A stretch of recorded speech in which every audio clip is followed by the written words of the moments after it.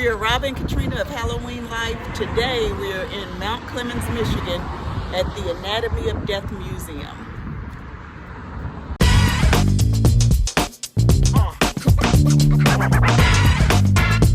Okay, so with all of the stuff surrounding death that you found, have you ever maybe experienced any kind of paranormal activity or anything? Nothing. But I will tell you this, my girlfriend is real big into like spiritual stuff, metaphysical stuff. We went to a convention down in Indiana, and no one knows me down there as a death museum owner, and she likes to get readings done, and we're doing couple readings, and every single time 3 different women went to go read me, they all refused to do it because they said that dead people follow me around.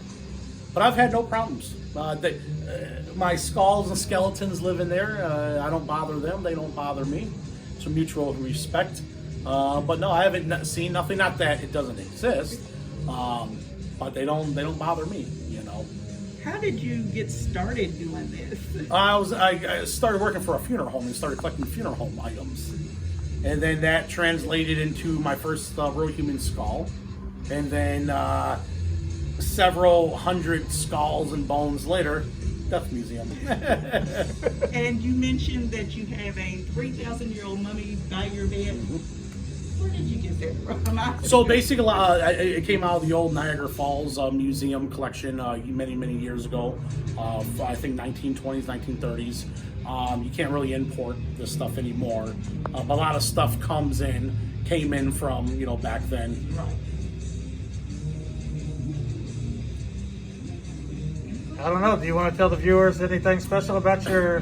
Yeah, we're the only death museum in Michigan. We're the Anatomy of Death Museum, located in Mount Clemens, Michigan.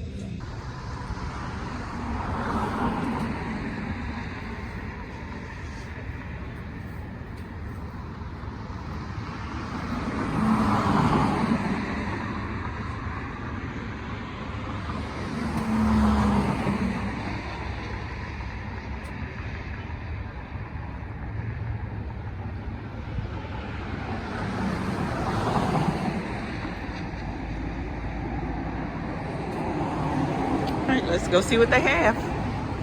While you're back there, please do not touch anything. I am the owner. This is my collection. So while you guys are back there, if you guys have any questions at all, let me know. So you're going to go through these body bags. Right here to the right behind me, the first skeleton, number 1. It starts there. And it goes around the room by number in order. And if you guys need anything, come get me. So go on through the body bags and have fun, guys. Yeah, she sells a lot. She got a few of them there.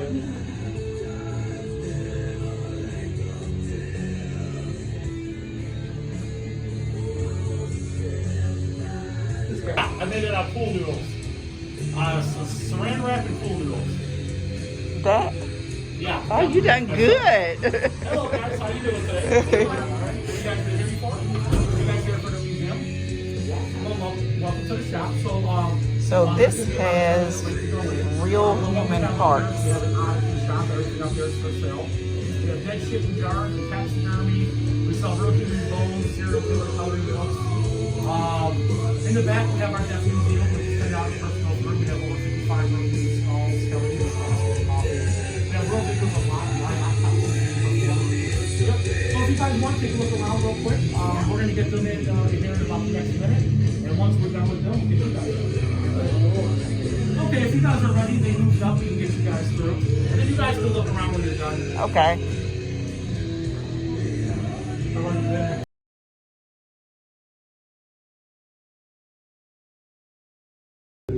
So to enter the museum, you come in through the body bags, and these are real body bags.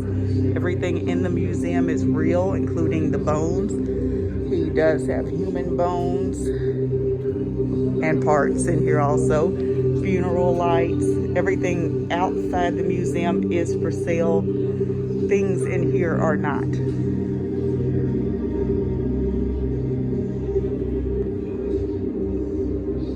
Oddfellow ceremonial robe used for rituals with real human skeletons for member initiation.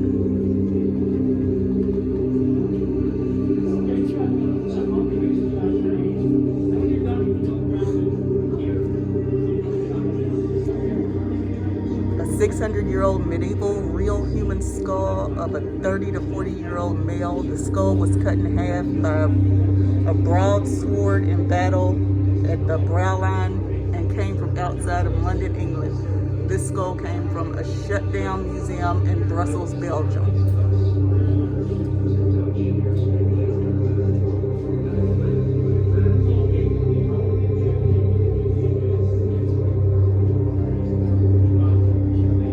I am talking with my mask on in case anybody can't understand me. That's the problem. Rob, what's number 3? Number 3 is a Victorian skull of an adult male used by medical skull for teaching. Doesn't sound right, but that's what it says. The skull later sat on a doctor's desk in his office. I'm pretty sure it meant medical school. 130-year-old medical skull of a male from a retired dentist.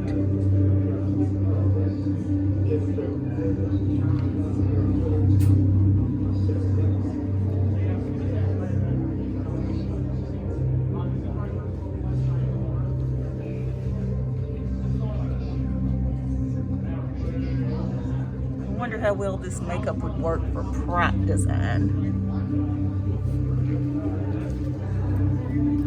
Undertaker's waste jar used to collect drained blood from dead body during the embalming process.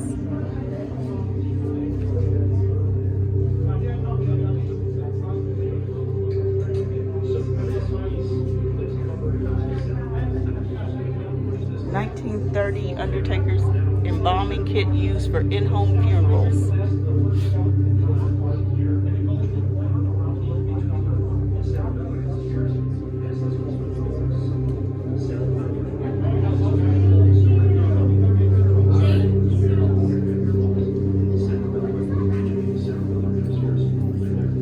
Number 7 down here is a real human spine that was used at a chiropractor's office in the 1950s.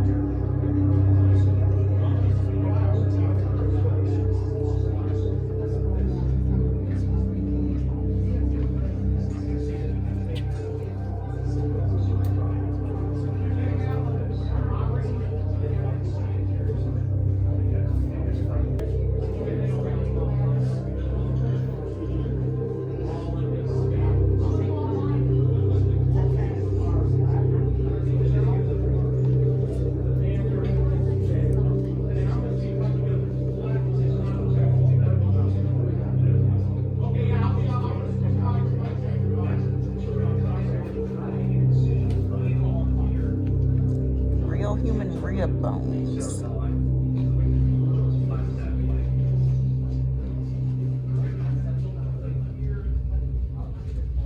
The tibia from a leg bone with arthritis.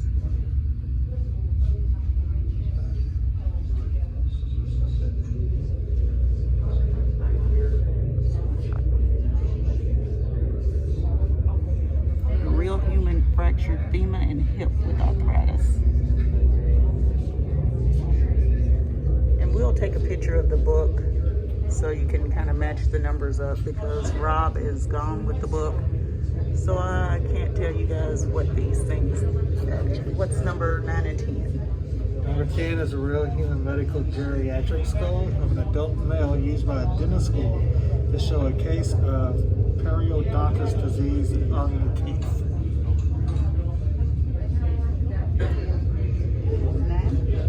Is a very old TCHOKE mask. Used for rituals by the Cherokee. Chokwe people of the Congo.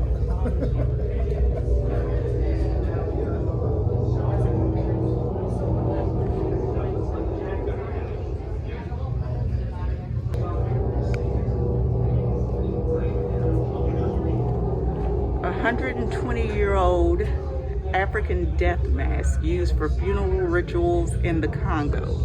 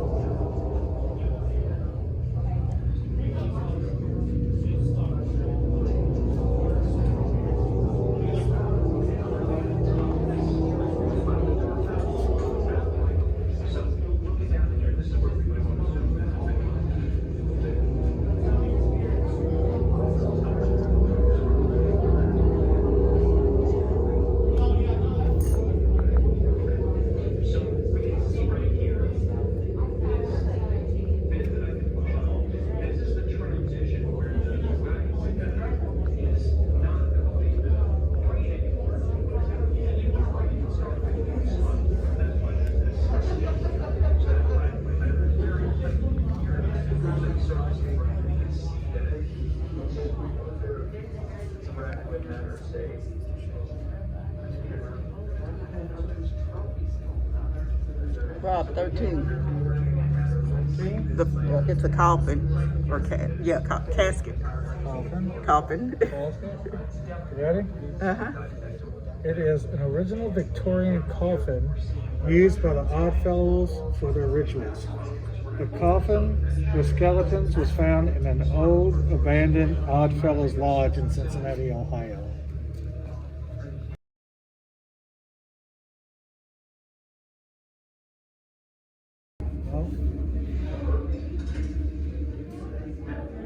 You should be able to see right down here. Move this way, but right where the probe is, or where the tip of the scissors is pushing right there.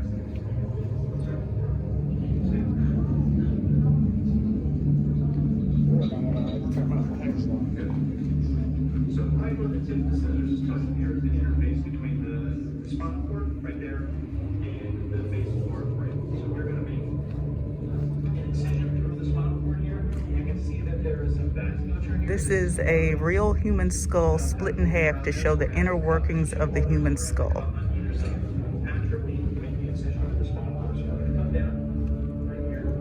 A real human explanatory skull made by Kilgore, showing the inner workings of the skull.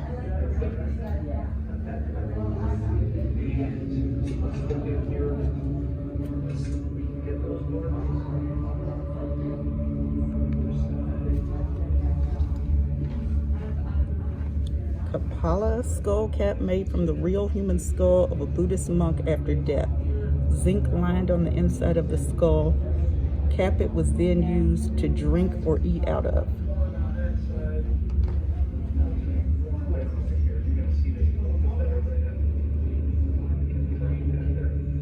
Another real human medical skull. Now we have all of the pieces of dirt matter out of the way. We got the spinal cord cut. We have the two organs. Suffering from Metabolic suture syndrome, which is a medical condition to where the suture in the frontal lobe of the skull doesn't fuse together as it should by the age of 9 months.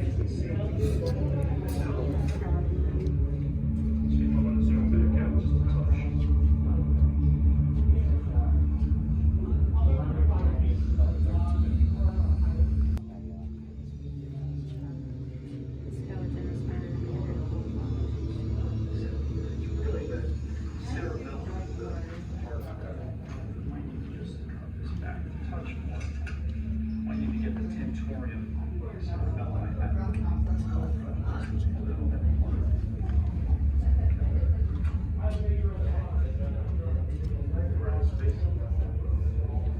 So we're going to try to peel back the Tentorium.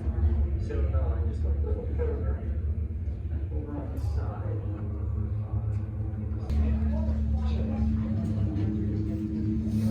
It's going to be gentle. We don't squish the brain.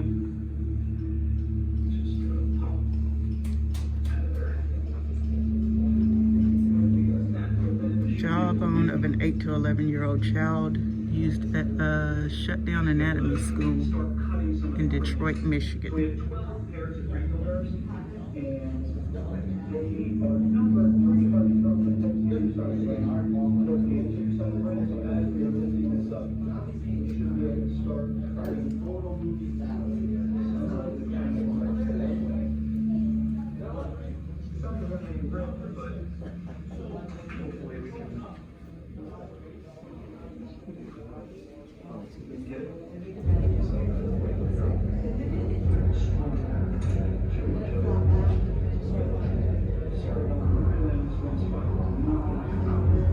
It says he suffered from gigantism, I guess you say it.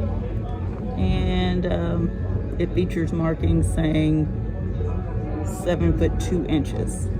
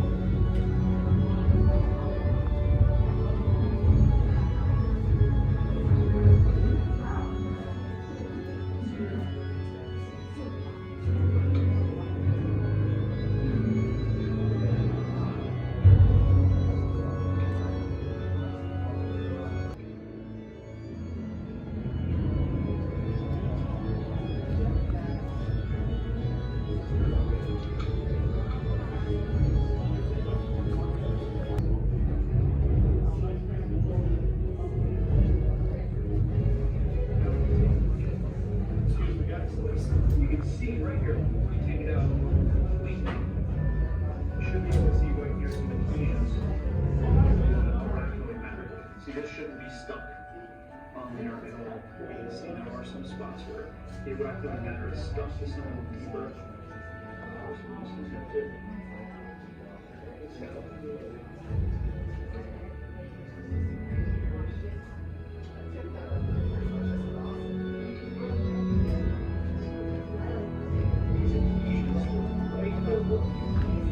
So this is a paper mache skull skeleton. It was used by the Oddfellows. It's in an original Victorian coffin storage box. They used that when real human skeletons were unavailable to be used in rituals.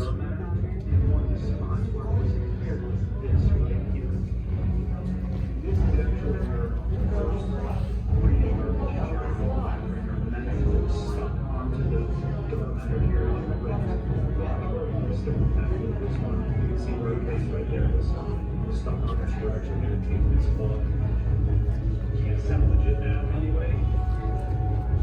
18.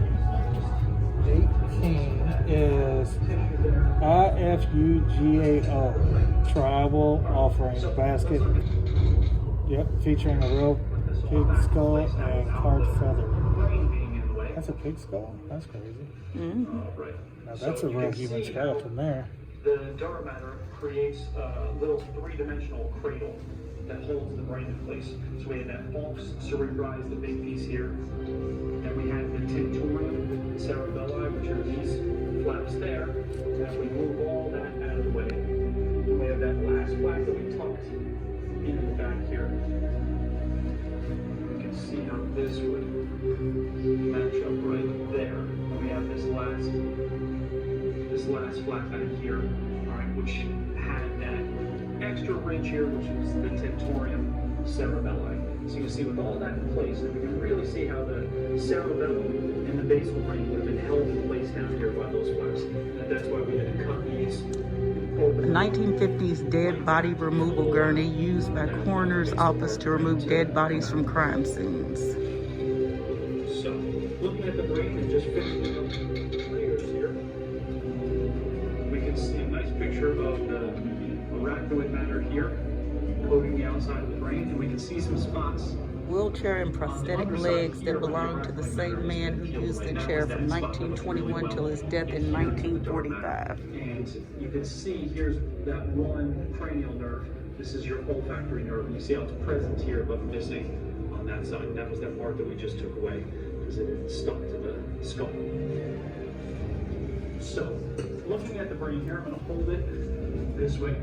So here we can see we have the posterior side of the brain, the anterior side of the brain. Here's the superior portion, here's the inferior portion. So we're holding it just the way it would have sat in the body here. We have the two cerebral hemispheres. We flip it over. On the posterior, inferior side, we have the two cerebellar hemispheres. And then we're just going to turn the brain this way. And we'll come back to the autopsy video. It's an actual autopsy. Of brain tissue here, which would be the pons. And then if we go inferiorly from the pons, remember this side is inferior, so we go inferiorly from the pons here. This portion here is going to be the medulla oblongata. And right here where we cut it is essentially the end of the medulla oblongata going down to the spinal cord. So we see those parts. A couple of things we can see here. Here are those arteries that I cut. Now we're on either side of the spinal cord, right there and right there. Those are your vertebral arteries. That's going to be blood supply coming in to the posterior side of the brain. And we can see here, we just move a little bit of the arachnoid matter out of the way. I'm just going to peel this one bit of arachnoid matter off. You see here that the vertebral arteries here, they join together to form an artery called basilar artery, and that courses right over the top of the pons. That's going to be your giveaway for that, right in that area. That's going to be what's going to form the posterior portion of the arterial circle of the brain. The anterior blood supply is going to be here, right there. Those are your internal carotid arteries, and they're going to form the anterior portion of the arterial circle of the brain. So the arterial circle of the brain is this area here. If you look at the picture, he's actually holding that skull. 24, what is it? Naga Headhunter's trophy skull. Two cerebral hemispheres. And the anterior portion of the brain here will be the frontal lobes. We go over to the lateral aspect. We have the temporal lobes here, over here, and then if we look at the posterior portion of the right here, we have opposite lobes. Right back down, and next thing we want to do is to identify the frontal lobes. So we take that out.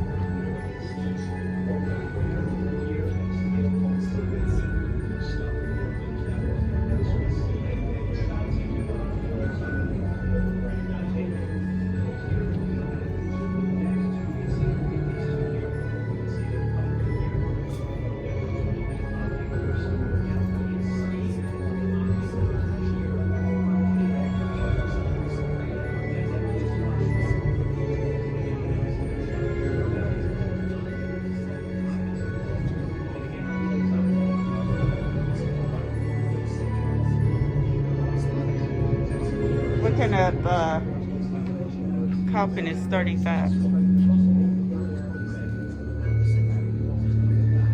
35. Turn of the century Wicker funeral home removal basket used by the undertaker to remove a body from the home to the funeral home.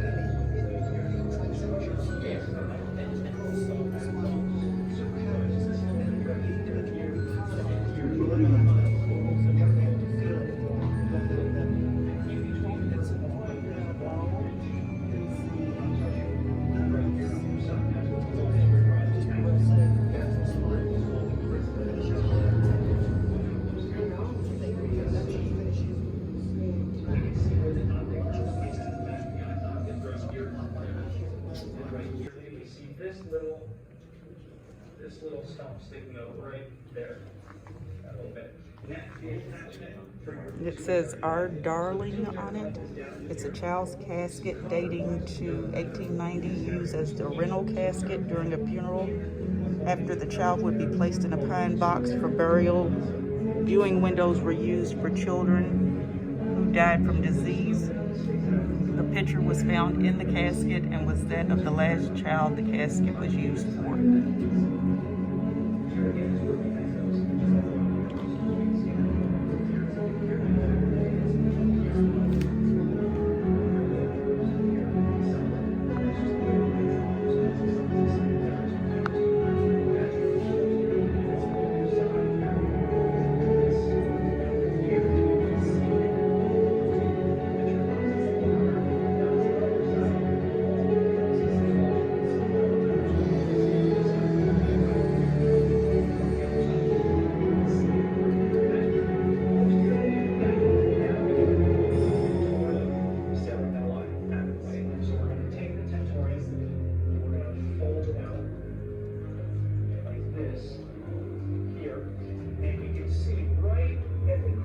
Where the Tentorium cerebelli is, then we have this cranial nerve, which is going to be C-band before.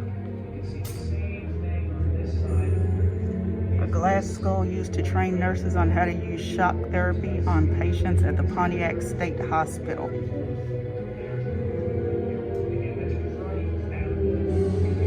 Real human skull of a Buddhist monk used to eat and drink out of.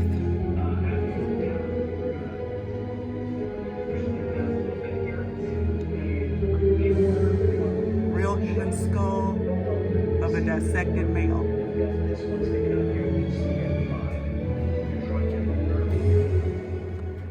1910, adult portable embalming table used for in-home funerals, made by the Undertaker's Supply Company.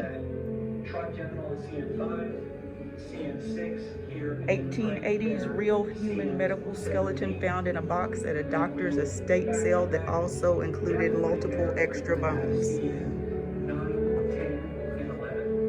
And we go medium to that right here. It's going to be CN12.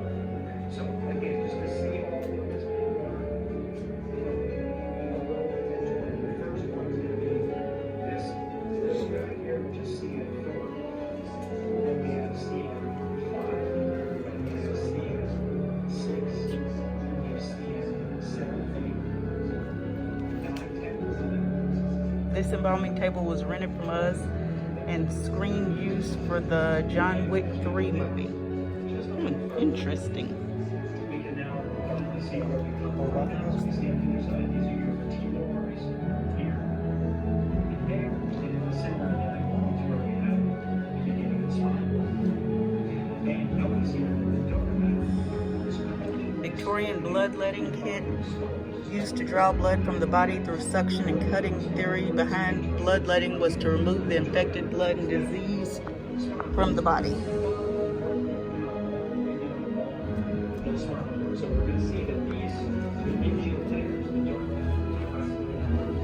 And I'll do just a quick of the autopsy video because we're kind of running out of time in here.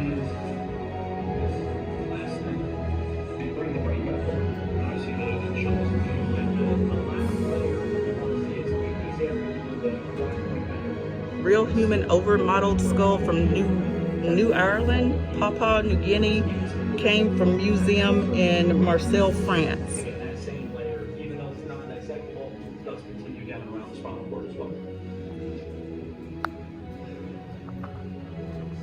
Real human bone collection collected by a doctor to show different deformities in the bones.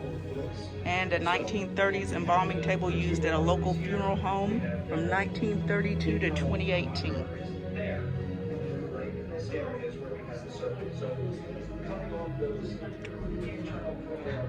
And this is a dead body hoist used by placing straps under and around the body to move the deceased from off the embalming table into the casket.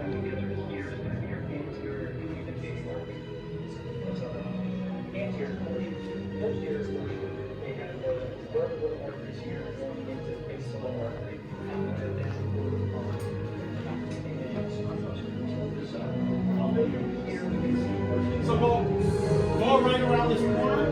There's a curtain and the bathroom's in the corner. You gotta go too?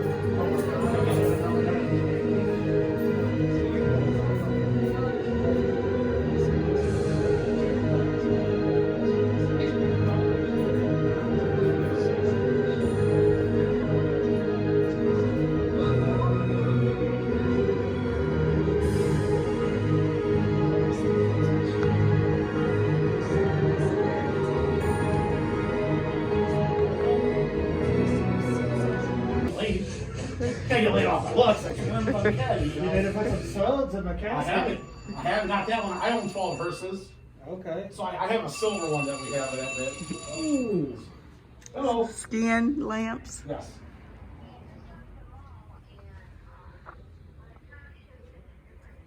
Yeah. Okay, I'm back. Maybe, I have no clue. You might have to have someone check it. Yeah, go get it. Go get it. I have them check it when you get home. The level. Yeah. Okay. Okay, fine. So basically, most people tend to go through the museum first. But you guys can look around a little bit when you're done looking around. When you guys want to go through, let me know. We'll do it. Can I use that bathroom? We literally. Oh yeah. Right. Did you see where the curtain is? Yeah. You can set those right here. Yep, right We there. literally just pulled into town.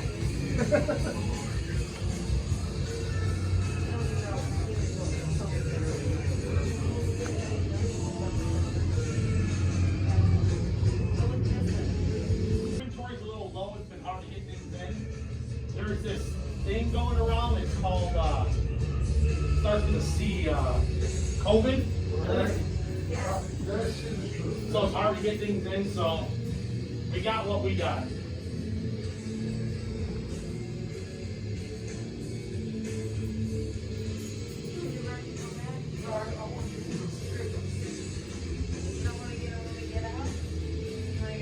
Yeah, you guys can look around when you come back out. Okay, yeah, Just in case if you buy something, you don't have to drag it with you. yes.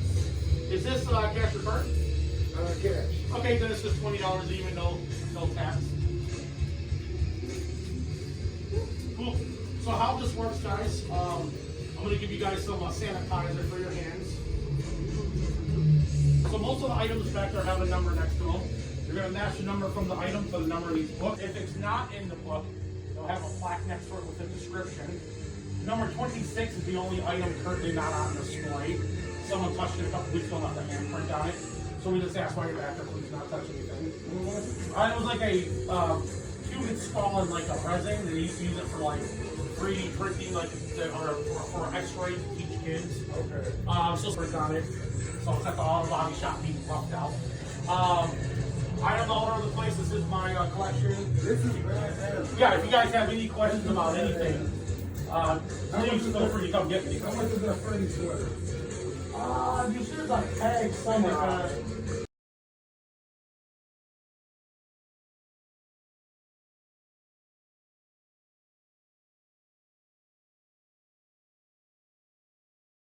She sells a lot of custom-made clothing. She puts the holes in them and trims them, and Start getting our Freddy mix together to be Freddy this year. I own a real Freddy glove worn from the first movie. Very expensive. I got a bidding war, so it was $50,000. So Yeah, it was, he actually wore. yeah, Warren. They had 16 gloves in the movie. And by the time the end of the movie, they had 6 left that were not destroyed. So I own 1 of the 6. But I got execution swords back there that we used to kill people and tons of stuff. So if you guys want, go through these body bags. Starts right here to the right with the first skeleton, number 1. And it goes around the room in order by number. If you need something, come get me.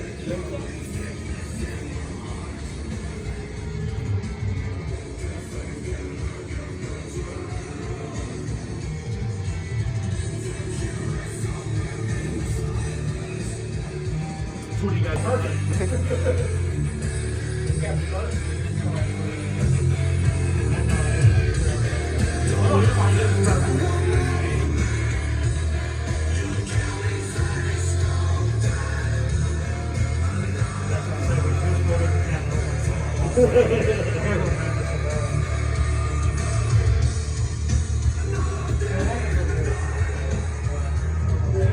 They start at about 1,000. If there's anything done with them, they go up to 2,000. The average human skull is sold about 2,500 to 3,000, but this was 28,000. All those tribal skulls here were anywhere from 16 to 22,000 pieces. Yeah, regular real human skull is about 1,000 bucks. You know, nothing special. You know what I'm saying? But anytime you guys are back up in town, you guys are more welcome to come in for free. We take care of our out-of-town people. I like that for you. Yeah, they make nice. Oh, that's why you guys leaving tomorrow? You guys can probably ship 6 bucks enough. I don't drink. Oh yeah, I mean, I don't drink either. It's weird, man. I'm in a crazy outlaw fucking 1% motorcycle club. Everyone else parties. You know, like tell everyone, I have a CPL, right? So you guys can have fun. This was made out of pool noodles and what else? I took saran wrap and like a torch and a welding glove and just melted it and squeezed it and painted it. That's what we started doing right around this for yard stuff for Halloween stuff. So what's so if you see a big dead spot, it was probably one of the rooms where the governor was like, we couldn't even have a foam thing touch you. It was crazy. It was nuts. See, I don't even have to wear this in Indiana. Yeah, it's going to start here June 15th. So hopefully very soon.